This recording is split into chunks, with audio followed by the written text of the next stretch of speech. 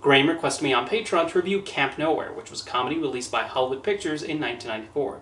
This is very much one of those 90s films that has a bunch of children get into shenanigans as they live out a fantasy.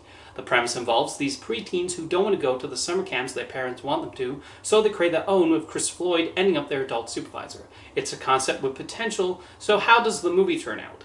To be honest, I found it a pretty average movie, relying on the expected jokes of this kind of family film. A lot of the movie involves the children largely misbehaving and being unruly at this camp. They do the usual things like running amok, doing dangerous things, and also spending their parents' camp fees on lavish toys, electronics, and equipment. Those were not moments I found particularly amusing, but I understand them meant to appeal to the children in the audience who get a kick out of seeing those their age take part in the sort of mayhem away from parental eyes. Although speaking of the audience, something that ran through my mind the first time I saw this movie was why it was released under the Hollywood Pictures label. In the beginning, it seemed more like a film Disney would have ordinarily released under their own name.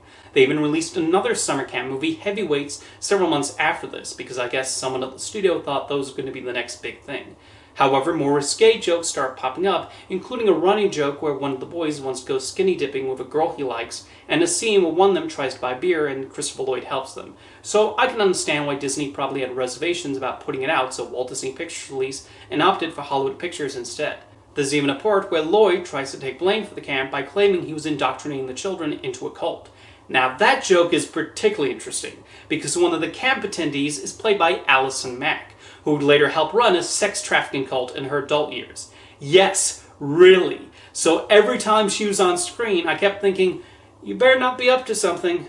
As for the main child protagonists, I did not think they developed particularly interesting personalities. They are all very standard 90s preteens who might have one small identifying feature, but none of them stood out to me. The script even throws them into romances which I felt were unearned. Christopher Lloyd is mainly required to put on a bunch of disguises and mug for the camera, while occasionally trying to take some responsibility as he tries his best to make sure the children are safe. But he's Christopher Lloyd, and it's hard to dislike him. Curiously, that year, he was in 3 movies where he played a guardian of some kind who offers advice to the main child character and helps him in his goal.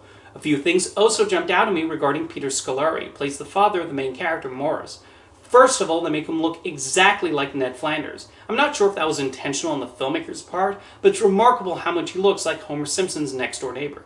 Meanwhile, one of the children at the camp is played by Hilary Tuck, who would later play Scolari's daughter in the Honey, I Shrunk the Kids television series. They don't share much screen time, but I still found it amusing seeing them in the same scene. While I was largely underwhelmed by the film, I will admit it's not without its moments. Thomas Wilson gets a few funny bits as a policeman who becomes suspicious about this camp. So yes, this is a Back to the Future reunion. I also like how the film shows the children becoming a bit more responsible as they tire of the antics and recognize they could be doing other things. I thought that was a solid development. The third act has a particularly clever sequence where the parents visit the camp and they disguise it as different camps, like military, computer, and theater. There's a genuine imagination and creativity to that part, which I wish the rest of the movie had more of. Overall, there's not much that stands out to me about Camp Nowhere. Curiously, this will be the only theatrical film directed by Jonathan Prince. He did direct a made-for-television movie, The Great Mom Swap, which aired on ABC and also featured Hilary Tuck, but his other directing credits have primarily been on sitcoms. He also wrote and produced the 80s body swap comedy 18 Again, and later created the NBC series American Dreams and a television show based on the Sweet Valley High books. So while this movie did not lead to more big movie opportunities, Jonathan Prince still appears to be working steadily in television, and that's nothing to sneeze at.